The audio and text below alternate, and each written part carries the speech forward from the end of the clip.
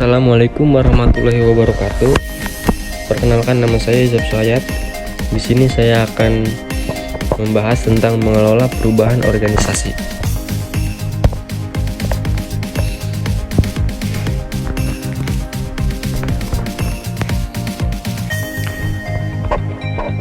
Di sini ada perubahan organisasi atau pembaharuan organisasi. Didefinisikan sebagai pengadopsian ide-ide atau perilaku baru oleh sebuah organisasi. Nah, perubahan organisasi dapat bersifat reaktif dan proaktif. Perubahan reaktif adalah perubahan yang dilakukan sebagai reaksi terhadap tanda-tanda bahwa perubahan diperlukan melalui pelaksanaan modifikasi sedikit demi sedikit untuk menangani masalah tertentu yang timbul.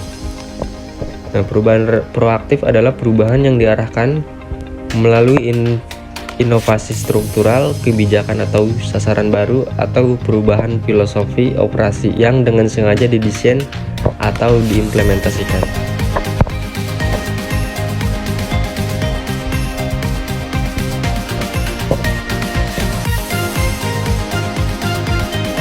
Penyebab perubahan ada berupa dorongan eksternal dan dorongan internal.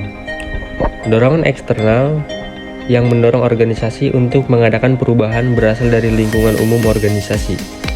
Adanya aturan baru dalam produksi dan persaingan politik, hukum baru, keputusan pengadilan, dan sebagainya. Selanjutnya, dorongan internal. Pada dasarnya dorongan internal berasal dari dalam organisasi itu sendiri. Adanya revisi strategi organisasi oleh manajemen puncak akan menghasilkan perubahan organisasi.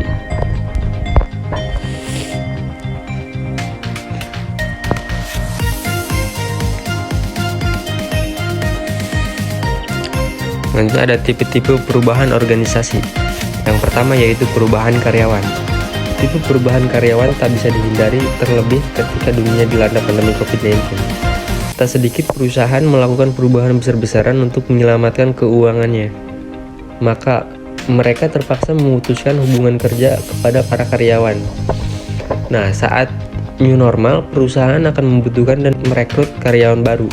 Sehingga manajemen atau HR harus mampu menjembatani antara karyawan lama dan baru agar kinerja mereka sesuai dengan perusahaan. Yang kedua adalah perubahan keseluruhan. Tipe perubahan keseluruhan organisasi atau perubahan skala besar-besaran akan mempengaruhi semua karyawan dan stakeholder. Bahkan perubahan ini menjadi tantangan yang cukup berat bagi perusahaan. Oleh karena itu, ada baiknya manajemen membuat atau menambahkan kebijakan baru untuk menyelaraskan semua karyawan dari entry level hingga top manajemen. Nah, yang ketiga ada perubahan perbaikan. Seperti namanya, perubahan perbaikan dilakukan ketika perusahaan tidak berjalan sesuai rencana. Tim HR dan tim terkait akan mengidentifikasi perubahan yang akan dilakukan. Biasanya, penerapan perubahan tersebut hanya mempengaruhi mereka yang memiliki kinerja buruk. Dan yang terakhir, ada perubahan tak terencana. Terkadang perusahaan harus melakukan perubahan tak terencana. Hal itu terjadi ketika industri bisnis terkena dampak pandemi, bencana alam, perubahan peraturan atau undang-undang sehingga mempengaruhi seluruh tenaga kerja.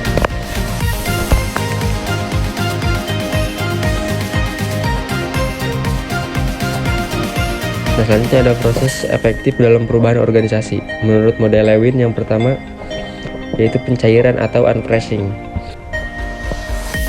Pencairan atau unfreezing yaitu proses memberi penjelasan kepada individu yang akan terpengaruh oleh perubahan agar mereka memahami mengapa perubahan itu diperlukan. Nah, selanjutnya ada pengubahan atau changing.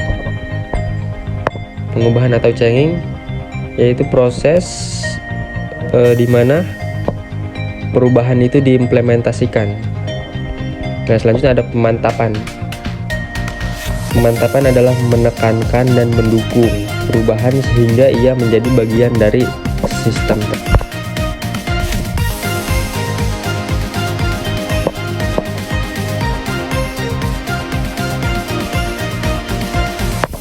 Mengelola perubahan dalam organisasi.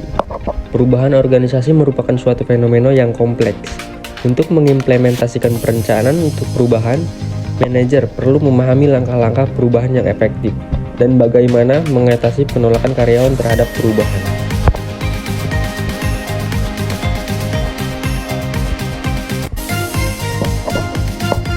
Memahami penolakan akan perubahan. Elemen lain dari manajemen perubahan yang efektif adalah memahami penolakan yang sering kali mengikuti perubahan. Yang pertama yaitu ketidakpastian. Mungkin penyebab terbesar dari penolakan karyawan terhadap perubahan adalah ketidakpastian. Dalam menghadapi perubahan yang mengganggu karyawan mungkin menjadi khawatir dan gugup. Mereka mungkin khawatir mengenai kemampuan mereka untuk memenuhi tuntutan pekerjaan baru. Mereka mungkin berpikir bahwa keamanan pekerjaan mereka terancam. Atau mereka mungkin hanya tidak menyukai ketidakjelasan atau ketidakpastian. Selanjutnya ada kepentingan pribadi yang terancam. Banyak perubahan mengancam kepentingan pribadi beberapa manajer dalam organisasi. Suatu perubahan mungkin secara potensial mengurangi kekuasaan atau pengaruh mereka dalam perusahaan sehingga mereka melawannya. Selanjutnya ada perbedaan persepsi. Alasan ketiga mengapa mereka menolak perubahan adalah karena persepsi yang berbeda.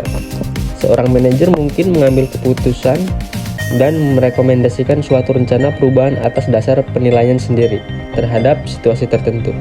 Orang lain di organisasi mungkin menolak perubahan karena mereka tidak setuju dengan penilaian manajer atau mempersiapkan situasi secara berbeda. Nah, yang terakhir adalah rasa kehilangan.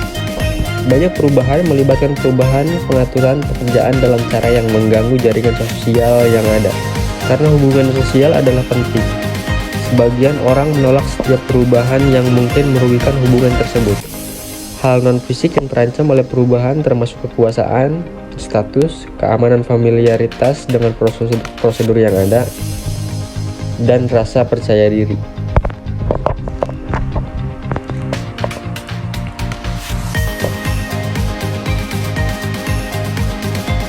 Mungkin hanya itu saja yang bisa saya sampaikan, kurang lebihnya mohon maaf.